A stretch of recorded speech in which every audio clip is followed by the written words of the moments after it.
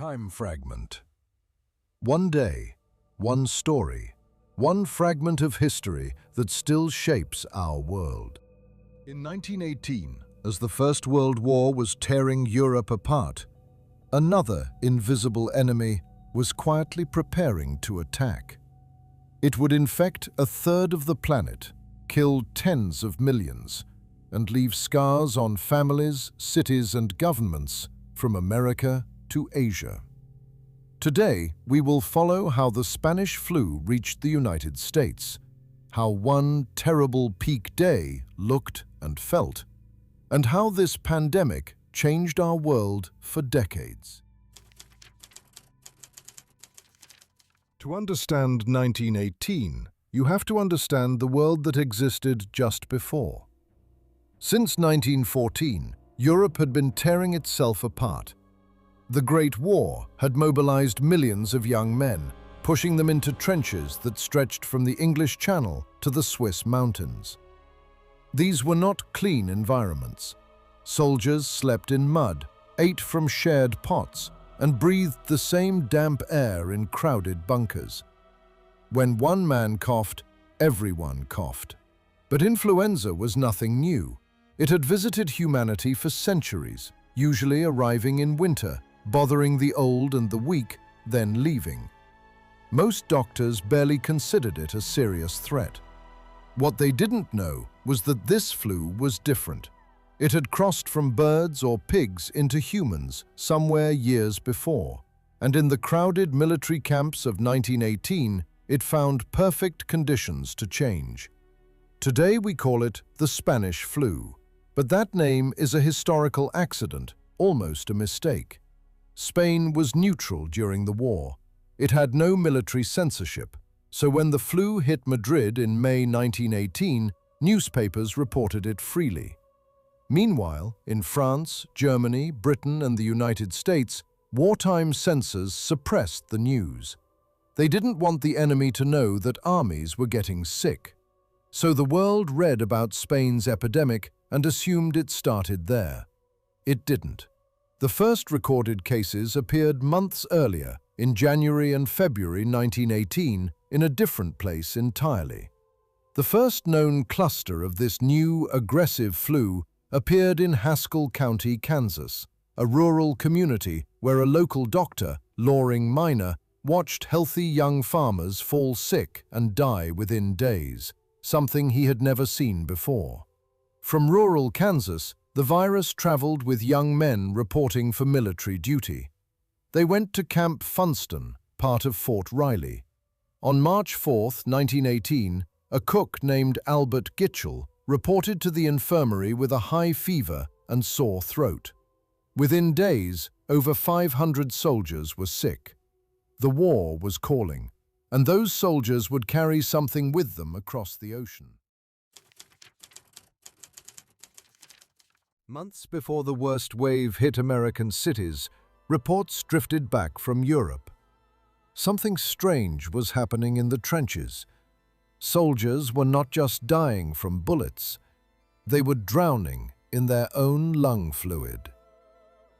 In April 1918, American troops arriving in France brought the virus with them.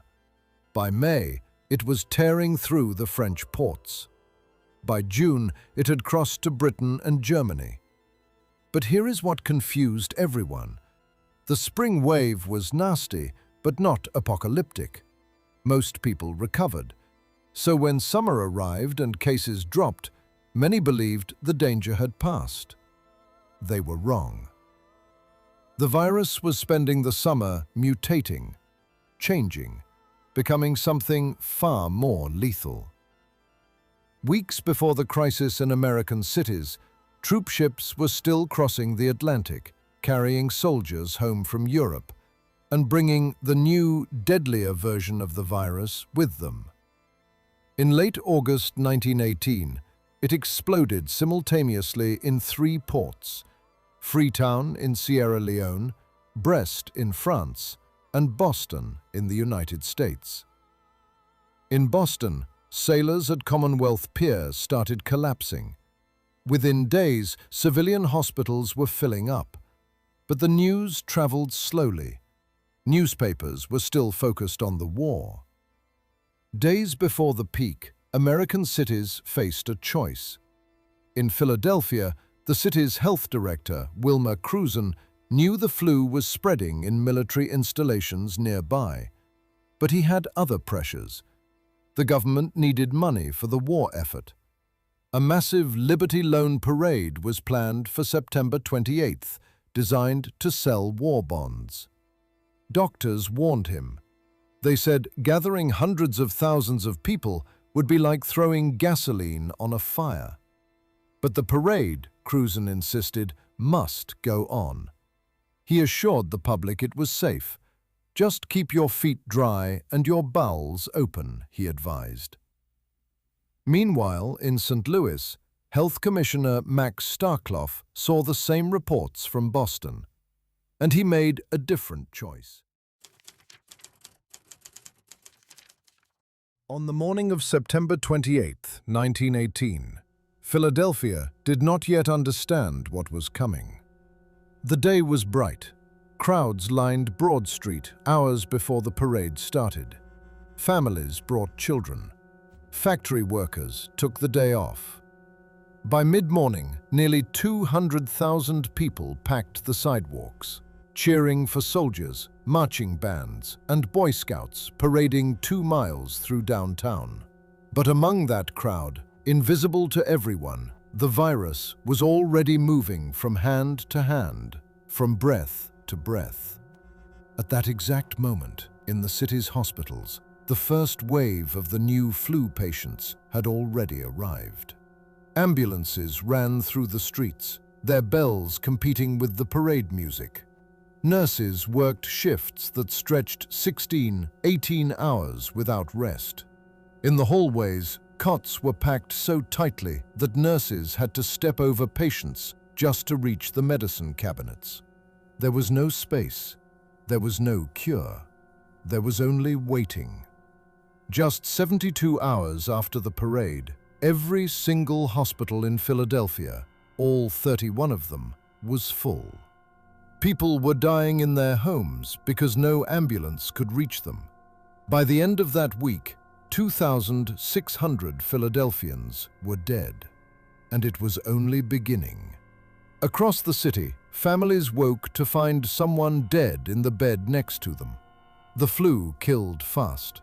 You could feel fine at breakfast, be delirious by afternoon, and gone by morning. In some tenement buildings, whole families were found dead together. This flu had a terrible signature. It did not kill only the old and weak. It killed young adults, people in their 20s and 30s, at terrifying rates. Healthy men and women who should have survived caught the virus, and their own immune systems overreacted, flooding their lungs with fluid until they drowned. One doctor later described autopsies where lungs looked like blue jelly. Another wrote that patients turned so dark it was hard to tell their race. In Philadelphia, the dead piled up. Undertakers ran out of coffins. Gravediggers refused to work, either sick or terrified. Families had to dig graves for their own dead in backyards. In some places, bodies were stacked on porches, wrapped in sheets, waiting for someone, anyone, to take them away. Across the river in Camden, New Jersey, the situation was just as bad. A priest later recalled walking through neighborhoods where every house had a black crepe on the door, the sign of a death inside. Some blocks had crepe on every single door.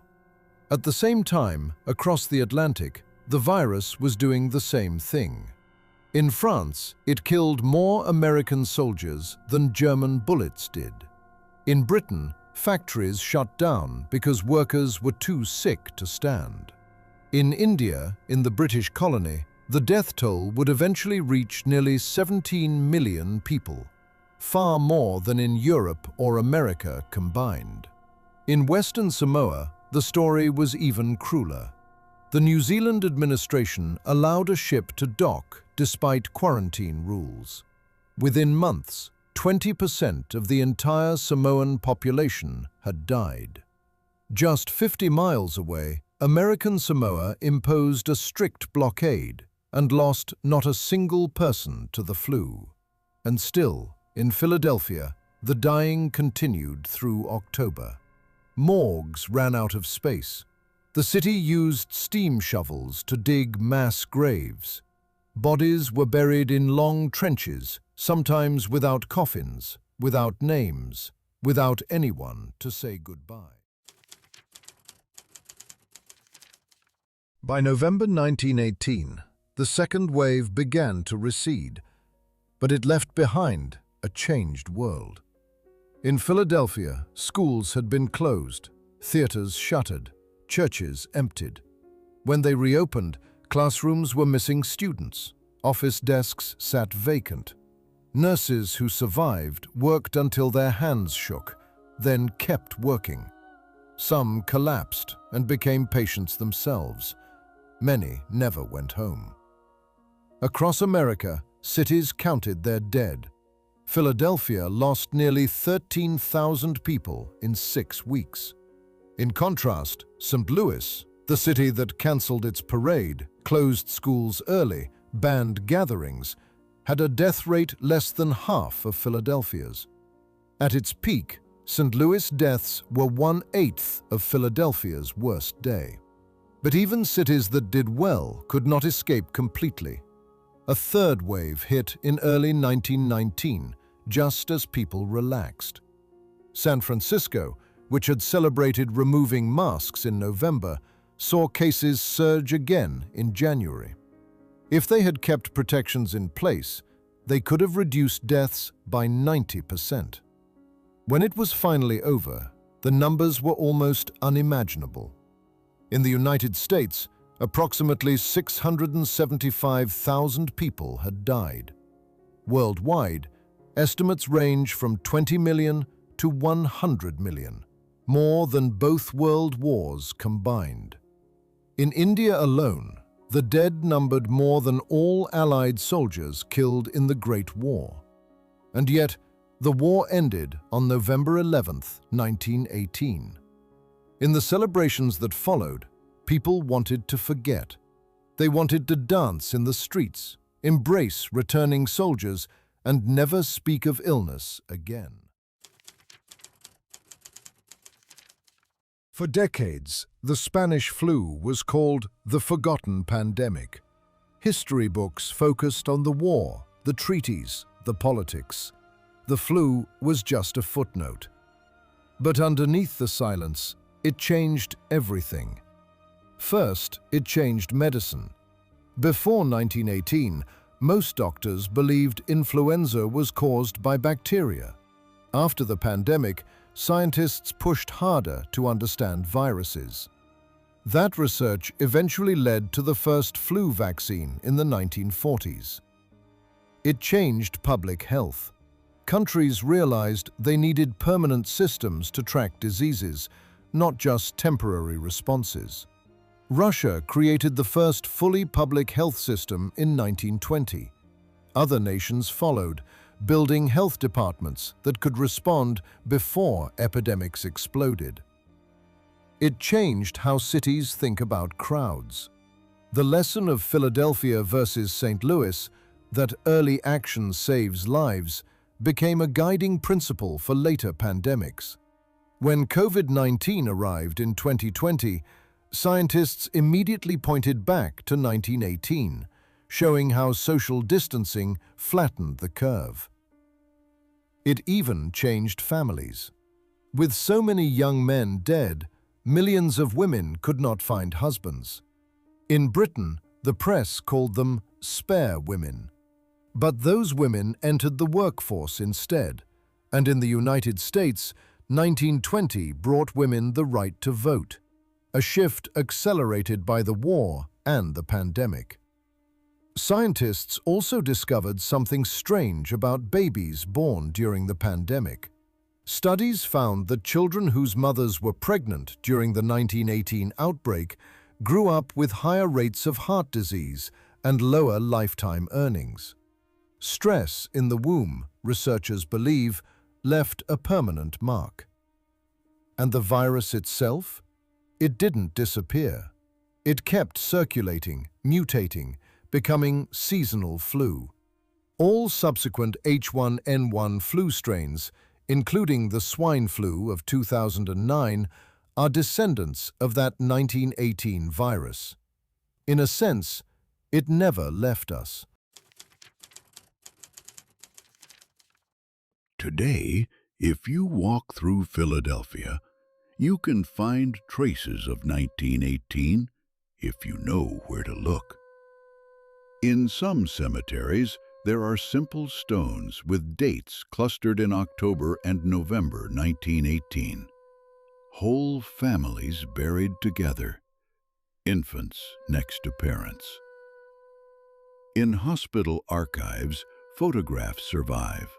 Nurses in gauze masks, rows of iron beds in makeshift wards, exhausted doctors sleeping on floors. They were not famous. Most names are forgotten now. But they saved as many as they could, with no vaccine, no antivirals, no ICU ventilators. Just courage and exhaustion, and damp cloths on hot foreheads. For a long time, we didn't talk about 1918. The war seemed more important. The dead were too many to mourn individually. It was easier to move on. Then 2020 came, and suddenly the world looked back at 1918 with new eyes. We saw our own reflection in those old photographs. The masks, the empty streets, the overwhelmed hospitals. We finally understood what they went through. The Spanish flu taught us that pandemics are not just medical events. They are social events, political events, human events. They expose the cracks in our systems. They punish denial. They reward preparation. And they remind us that we are not as separate from the past as we like to think. The virus that circled the globe in 1918 is still with us. The lessons are still waiting to be learned. The dead are still waiting to be remembered. This was one fragment of time, one day, one wave, one silent enemy that reshaped the 20th century.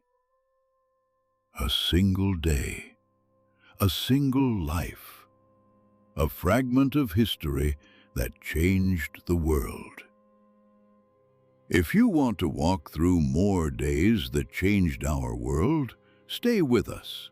Subscribe, share your thoughts, and tell us which forgotten story we should uncover next.